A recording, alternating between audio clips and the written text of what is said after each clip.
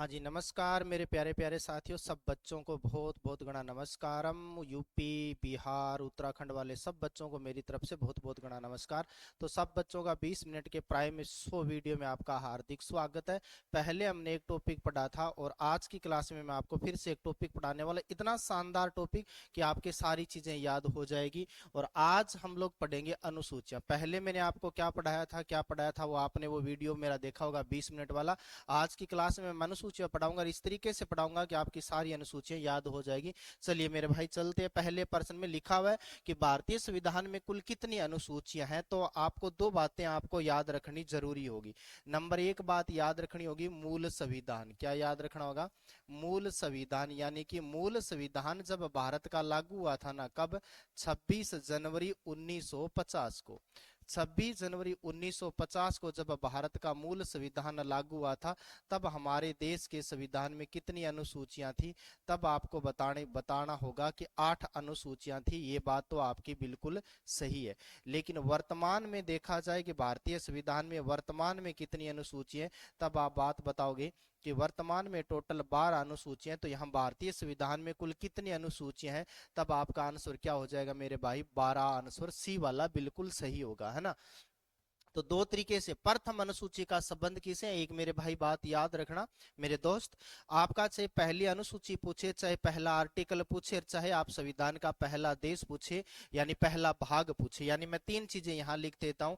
या तो आपसे प्रथम अनुसूची पूछ ले कि प्रथम अनुसूची में क्या लिखा हुआ है, या फिर आपका प्रथम अनुच्छेद पूछ ले, है ना, प्रथम अनुच्छेद पूछ ले, या फिर आपसे पूछ ले कि भैया प्रथम भाग में क्या लिखा हुआ है। तो इन सब का आंसर एक ही आंसर आएगा, कोई भी आंसर चेंज नहीं होगा। पूछो कैसे? अगर मैं तुम्हें ये बात बताऊं कि हम लोग सारे के सारे भारतीय लोग हैं, हम सबसे ज्यादा प्रेम किससे करते हैं? अब तुम तो कहोगे सर ना, मैं तो मेरा प्रेम मैं तो मेरी गर्लफ्रेंड से करता हूँ, कोई कहेगा मैं मेरे मम्मी पापा से करता हूँ, कोई कहेगा मैं मेरी पत्नी से प्रेम करता हूँ। लगभग 99% आंसर आएगा कि मैं अपनी प्रेमिका से प्रेम करता हूँ। ऐसा नहीं है। संविधान के अंदर देखा जाए तो अगर हम लोग सारे के सारे भारतीय, हम सबसे ज्यादा प्रेम किससे करते हैं? देश से। किससे प्रेम करते हैं?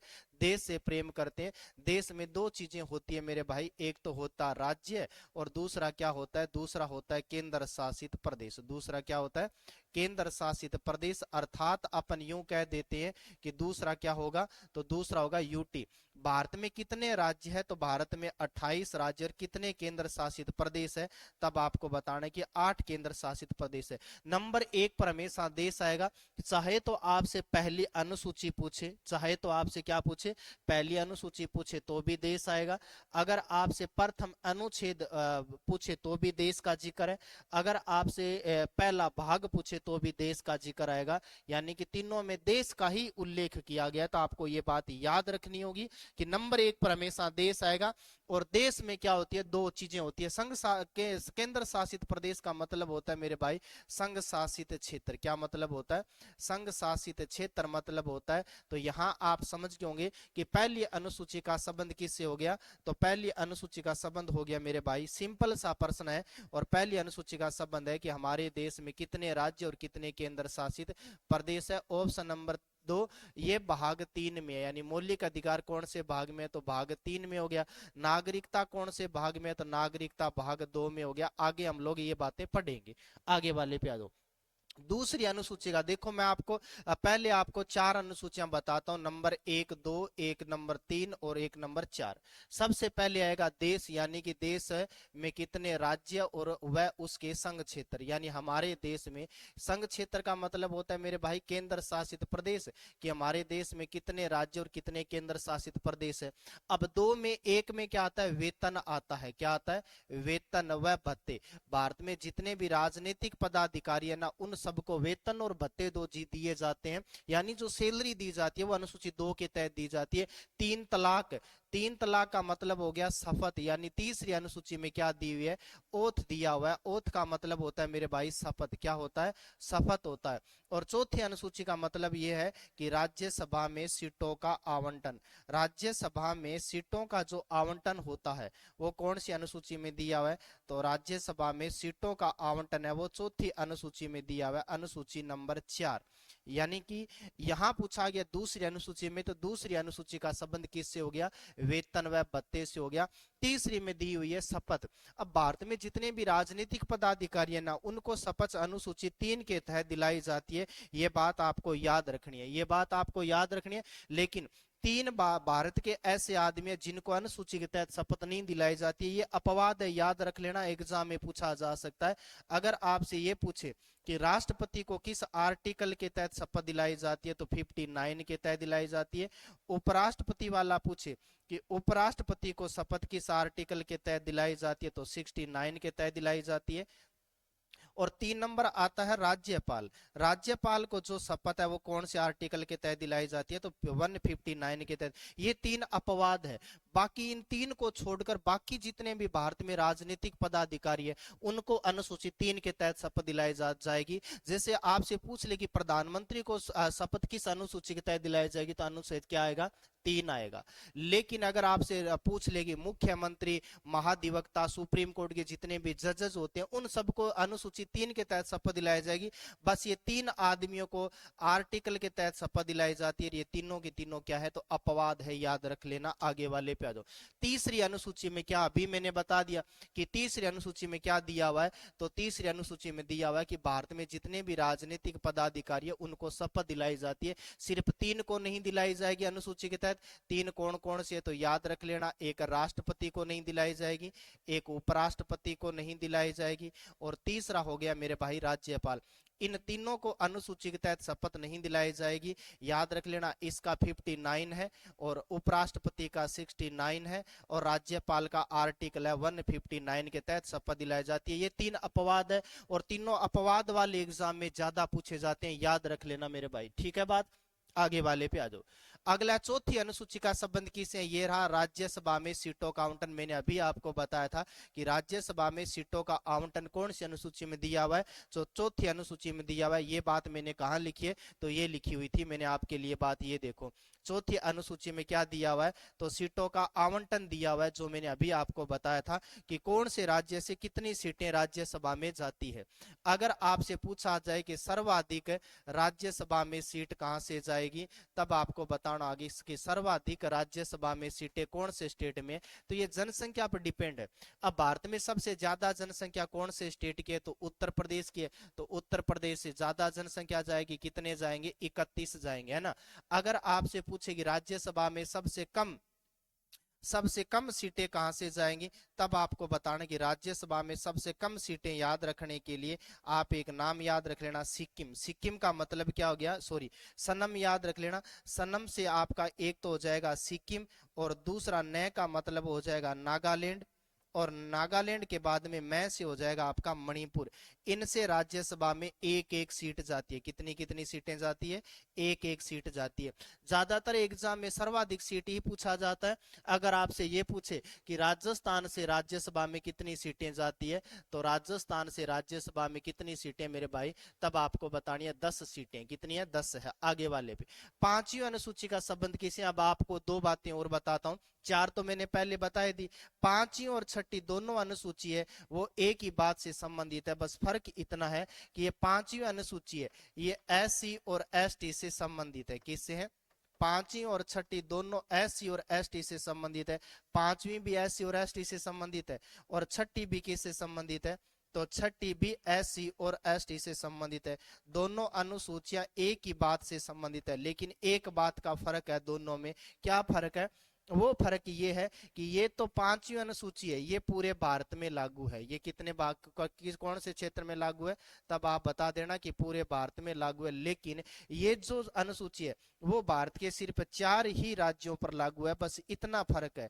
अब आपसे एग्जाम में ये पूछा जाएगा कि छठी अनुसूची का संबंध कितने राज्यों से है, तब आपको बताना है कि 4 राज्यों से है। कितने, 4 राज्यों से। वो 4 राज्यों के नाम आपसे एग्जाम में पूछ सकता है, तब आप याद रख लेना। क्या नाम याद रखोगे मेरे भाई, तब आपको नाम याद रखना पड़ेगा ममता। क्या नाम याद रखना पड़ेगा, ममता।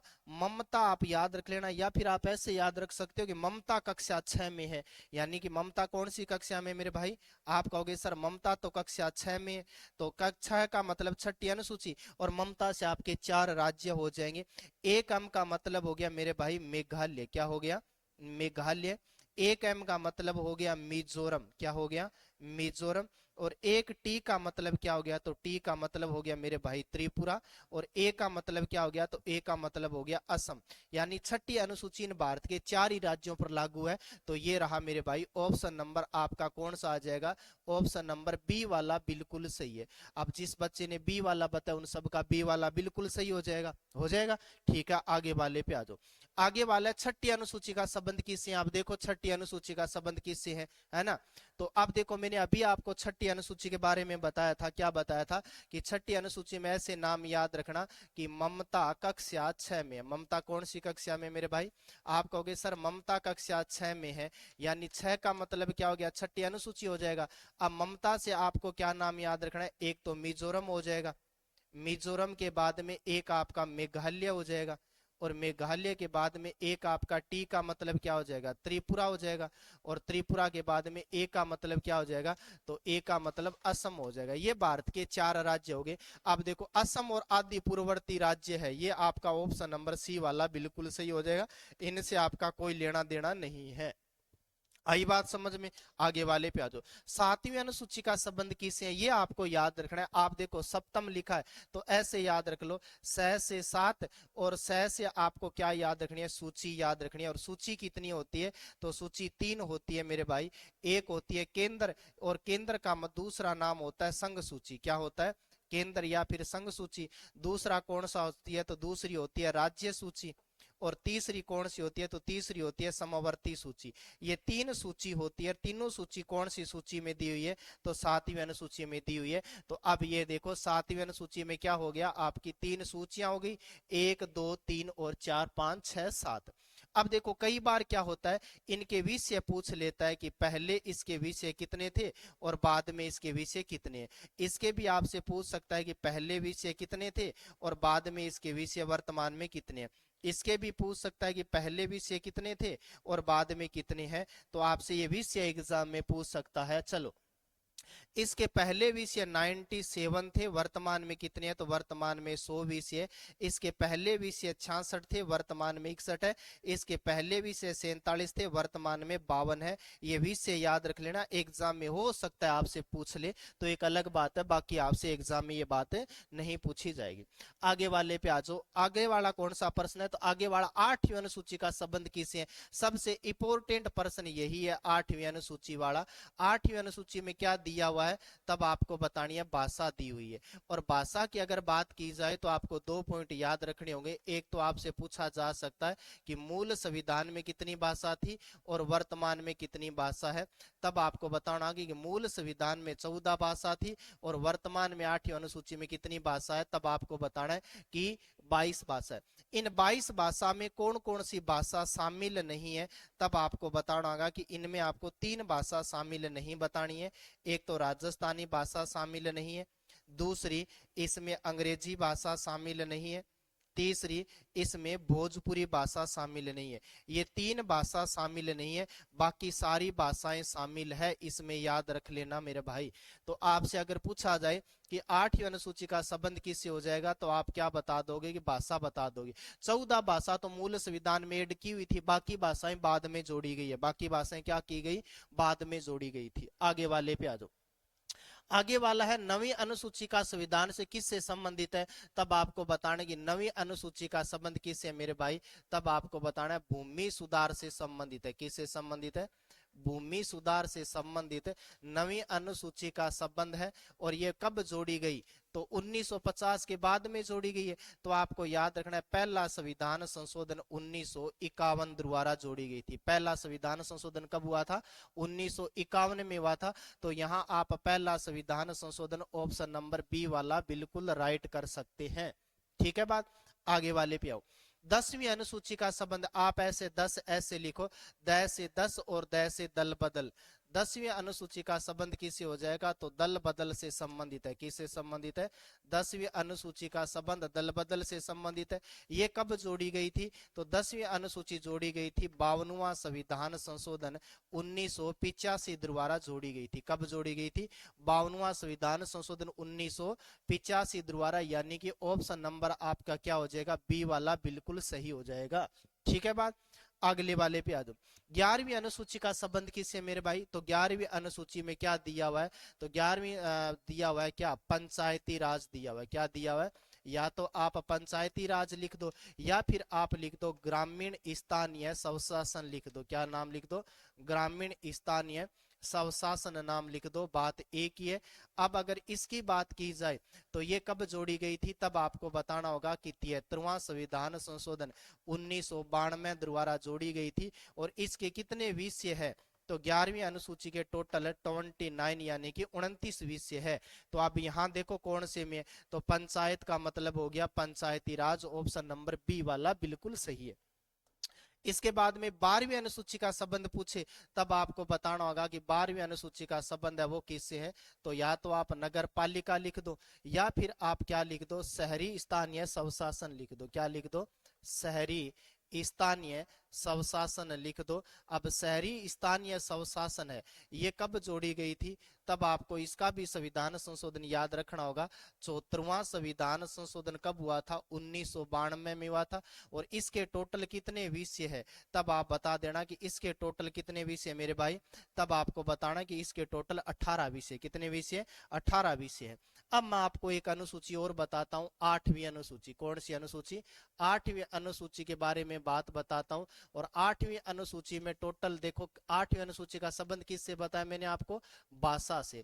और मैंने आपको यह भी बताया कि 8वीं अनुसूची में जो भाषा है वो आपको दो तरीके से याद रखनी होगी। एक तो आपको याद रखना है मूल संविधान में कितनी भाषाएं थी, तब आप बता दोगे कि मूल संविधान में तो 14 भाषा थी।